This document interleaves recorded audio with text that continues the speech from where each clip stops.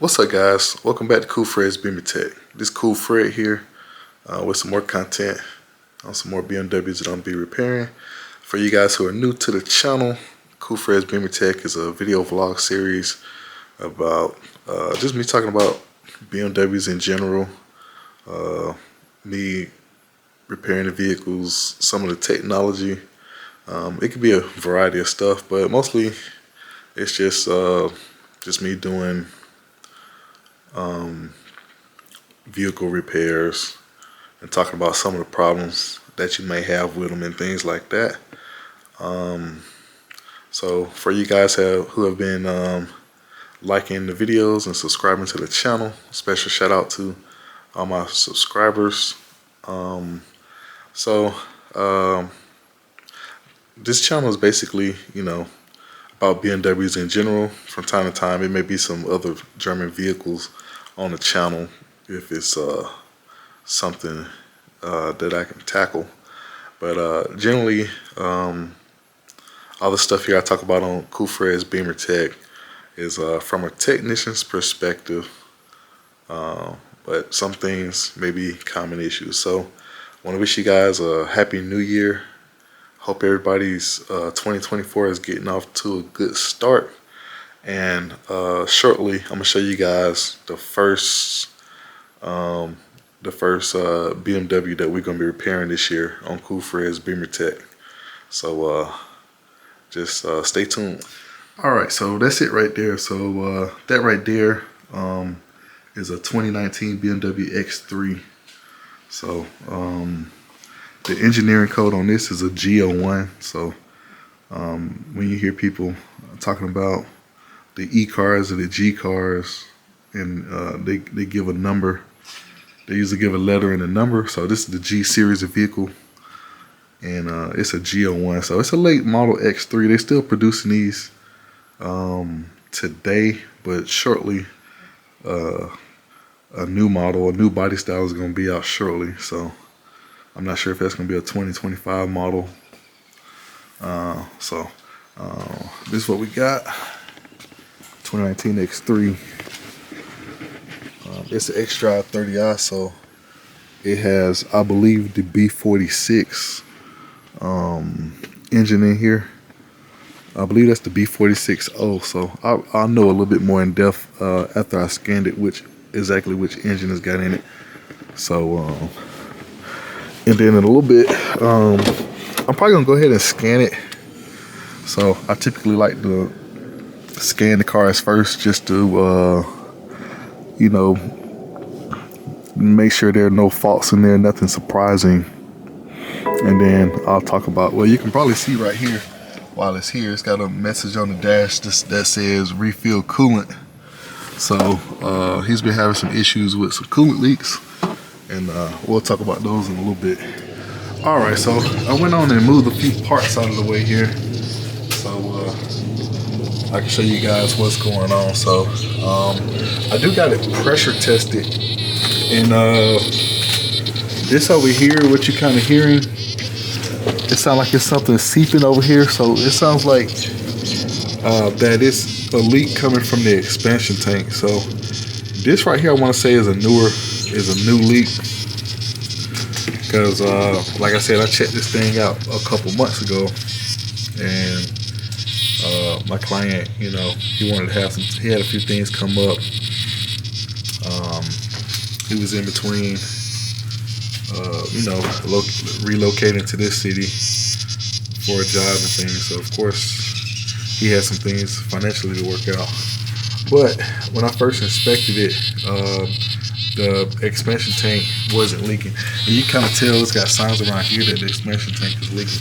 But what's been going on with this thing is, just letting the pressure off, but the water pump is probably a little tricky to see from this angle right here, but the water pump was like the first major leak that I saw. You can probably see around that weep hole on the water pump, like it's got like a lot of little coolant crust, and then it's got that variable control valve, that little plastic piece you see. It's a little tricky to see, but because it's just down in there. But where that hole was, like last time I looked at it, it was all green around that hole right there. So the water pump has had a slow leak for quite some time. And another issue that got worse is this turbo coolant line right here. So this turbo coolant return hose. So this goes from the turbocharger down over here. You got a supply and a return hose, and then it goes around here and goes right here to this coolant pump. So a lot of times what happens is this thing right here, they'll start kind of leaking and it'll turn brown. Typically when you see brown plastic, that means that the plastic got hot. All right, so here we go right here. So these are the parts we're gonna use to repair this car. So this right here is the water pump, and this right here is the turbo coolant return hose. So if you guys want to see the part numbers, that's the part number for the water pump. So this is actually a kit, so I'm gonna show you guys what's in this box a little bit. Right here is the turbo coolant line. That's the part number for that. So if you guys are new to the channel, I like to kind of show what parts I'm using, and sometimes I go into why I chose those parts and things like that. But this right here is a late model BMW 2017. So factory parts is always pretty much the first choice. But in some of the older vehicles that I worked on, it just don't make sense to go to the dealership and get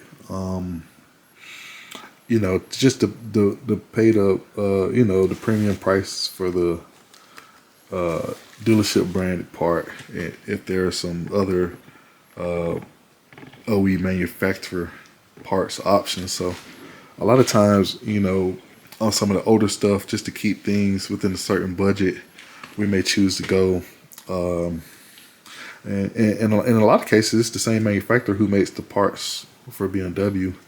It's just a manufacturer branded part versus a part in the BMW box. But then some stuff is by another, they may make other things for BMW, but it's just they may not make that specific part for BMW, but they make other things, but they also make other stuff for the car, and they have like a different line of parts that they carry.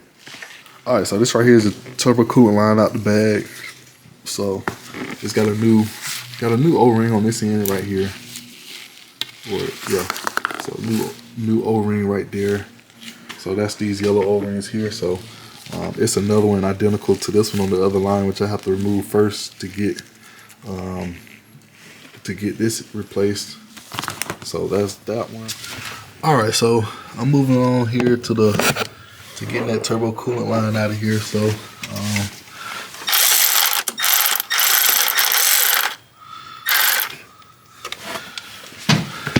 working on that. So that one goes, that's the return hose. So it goes from the turbocharger over here to the coolant pump. So this is a turbo coolant pump. So it basically circulates the engine, the coolant, basically from the turbo back into the coolant circuit. So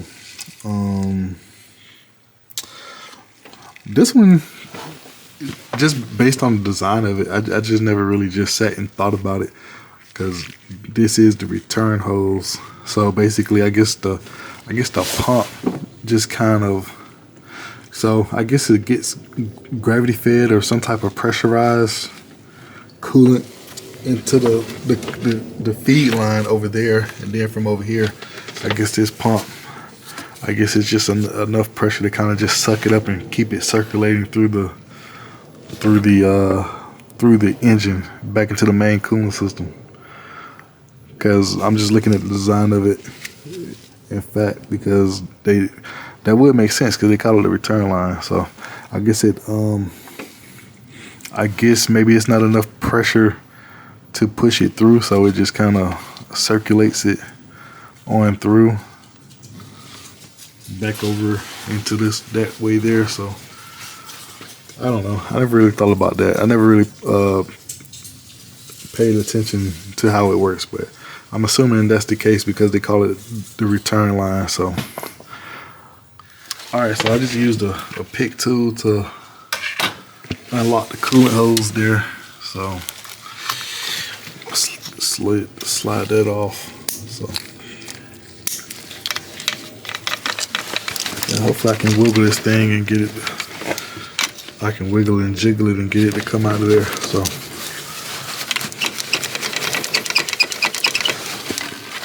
and the thing is, I have to get that other one. A little tricky to see, but this lower one down here, I have to get that one out of the way before I can get that one out. Alright, so I finally got that hose loose down there. So basically just had to work it back and forth until I get it out. So yeah, usually you're sitting here for a while fighting to get that hose off, to get this other one on. But I'm not gonna say it came right off, but it didn't take me nearly as much time to get it out of there. So I've kind of came up with a few tricks and a few things to kind of help me get it loose. And I got this light right here, but it's a better view of it. So it's kind of it's room down there, but just the angle that it's at, it's a little hard to see. So that's why it's kind of hard to see it. So that's it right there. And that's the O-ring that's gonna get replaced on this one. And then this one here is the one that I'm gonna replace. So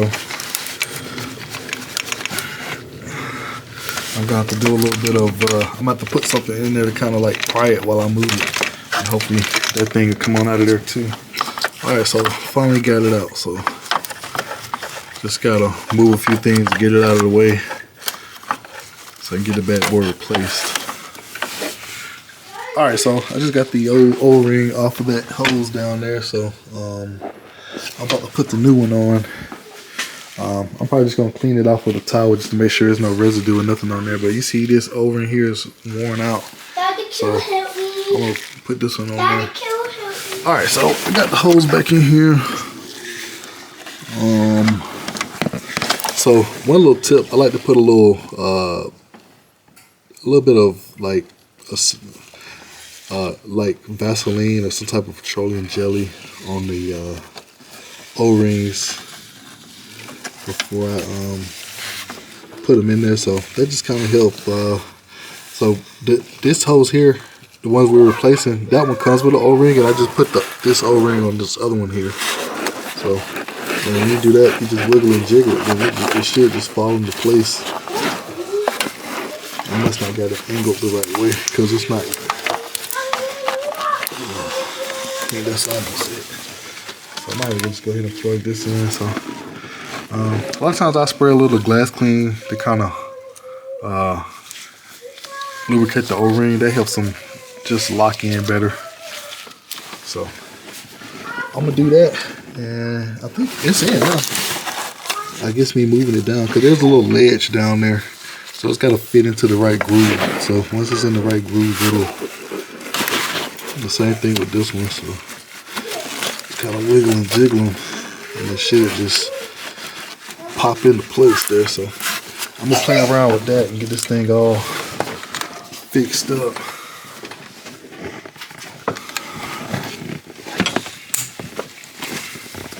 Alright, so I got everything down in there. I got my screw started. So yeah.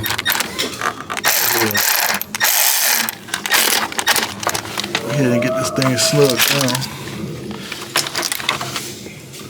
Then I got one more screw right there to tighten up for the holder, or the little. It's like a little. It's kind of like a little bracket mount that basically secures the hose. Just gotta get that tight. But this right here was too long to go in there, so I'm just gonna use this stubby. Get that tightened up.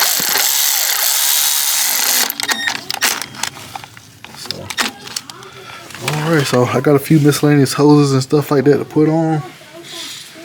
Get all this stuff right here back in the car and get ready to put the coolant in. And this thing will be ready to start up and run. So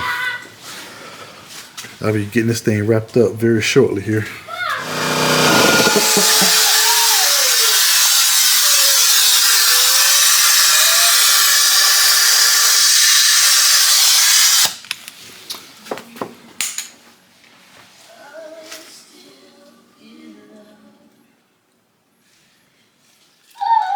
Alright, so I got this I'm about to fill the cooling system, so I'm about to use this machine to vacuum fill it, the airlift. So I explain this process in some of my other videos out there where I do coolant repairs. So right now I got it under a vacuum, but right now I do know that the expansion tank is leaking. So typically I try to fill them around pretty much anywhere where they're in green, but basically what I'm about to do is hurry up and try to fill this one because the expansion tank does have a little seepage, so it's not holding 100% of a vacuum. So, and you can tell, so basically when you put it under a vacuum and you shut your valve off, if you got any type of leak in the system or a slow leak, it's not going to hold the vacuum and it's going to slowly leak down. So I know that this expansion tank is leaking and it's got an issue, so I'm gonna let him know about that. So probably get that replaced next time for him because he needs this thing back to get the work in it. So I just gotta put the air box in and basically the engine cover, so that's not gonna take too long to pop that in. So I'm gonna go ahead and get this thing back under a vacuum, like probably right there, and I'm gonna hurry up and get this cooling system filled so that it's cooling in there, and start it up and see what we got. All right, so I'm going ahead and put the finishing touches on here.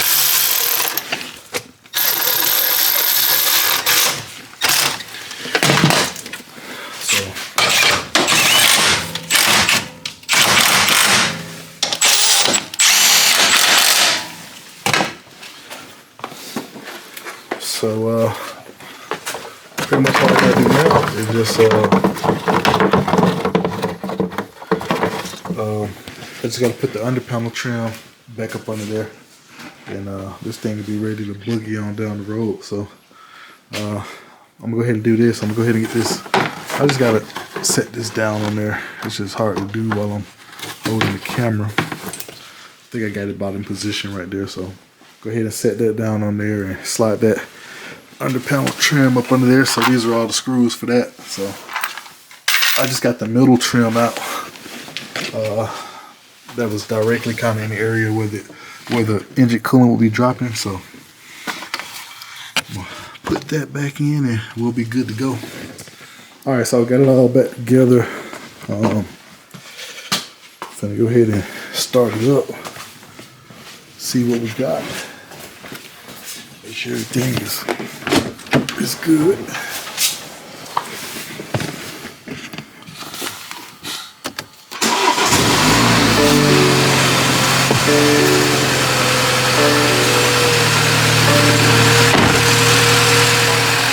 All right, so she's running.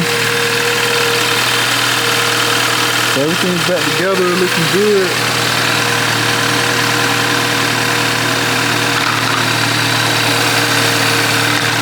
So another reason why I like to vacuum fill the cooling system, because on these, a lot of modern cars, you can vacuum fill the cooling system.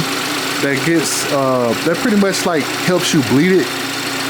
Gets all the coolant bubbles and stuff out, so there are no air pockets in the coolant system. So that's a lot of, that's one reason that a lot of us technicians that work on a lot of modern cars like to use the system, because just modern cars in general, it really don't matter to make, whether it's BMW, Mercedes, Audi, All of them have been known for having the complex cooling systems, but even a lot of like American cars and Japanese cars have kind of went that way too. So it just makes it a lot easier to bleed the cooling system, get the coolant in the car.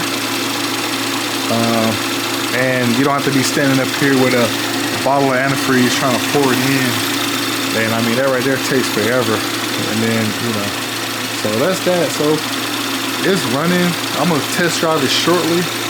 And this thing will be ready to hit the road. All right, so it's driving good. It's got good power, no crazy warning lights or anything like that. So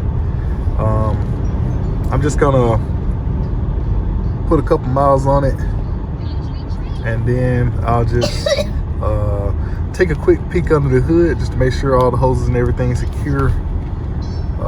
I'm just kind of keep an eye on the expansion tank. I'm gonna take a peek at it. I told the client about the expansion tank and that coolant vent line and stuff like that. So I probably didn't show you guys the coolant vent line that comes off the thermostat, but the coolant vent line that comes off the thermostat, it just had a little brown area and like a little bit of what it looks like maybe the glue or like coolant crust. So it's just while we're gonna replace it, if we're replacing the expansion tank, it's a chance that while doing that job that I may disturb that coolant vent line because I have to remove it anyway. That's the one that goes from the expansion tank to the radiator, but it's a possibility that thing may break. So it looks brittle, so I told him about that, so I could replace that, and also recommended he get a radiator cap. So that's gonna just give good insurance that he's good to go. So I'll when I get back to my house, I'm gonna check the expansion tank, just do a visual inspection, and hopefully it's not leaking that bad. All right, so I just got back from driving this bad boy, and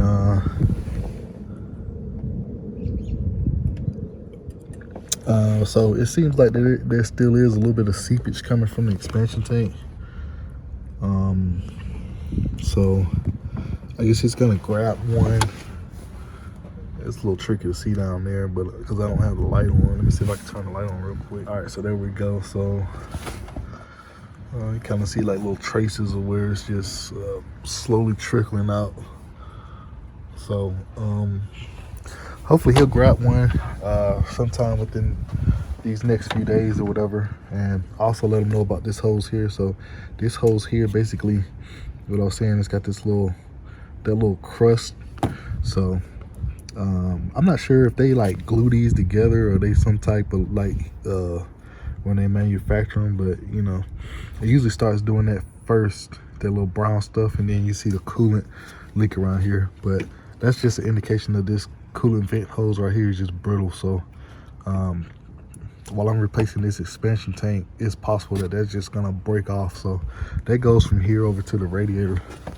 So a little tricky to see, but it kind of, there it goes, it goes right there. So I recommended that he get that too, that he get this, the expansion tank and the radiator cap, and that should get him where he's good to go. So thank you guys for checking out Cool Fred's Beamer Tech. So tell me guys what you think. I replaced there was a turbo coolant line, the return hose from the turbo to the coolant pump, and then replaced the water pump. So those are a couple like problematic or common issues on a lot of these B46 engines.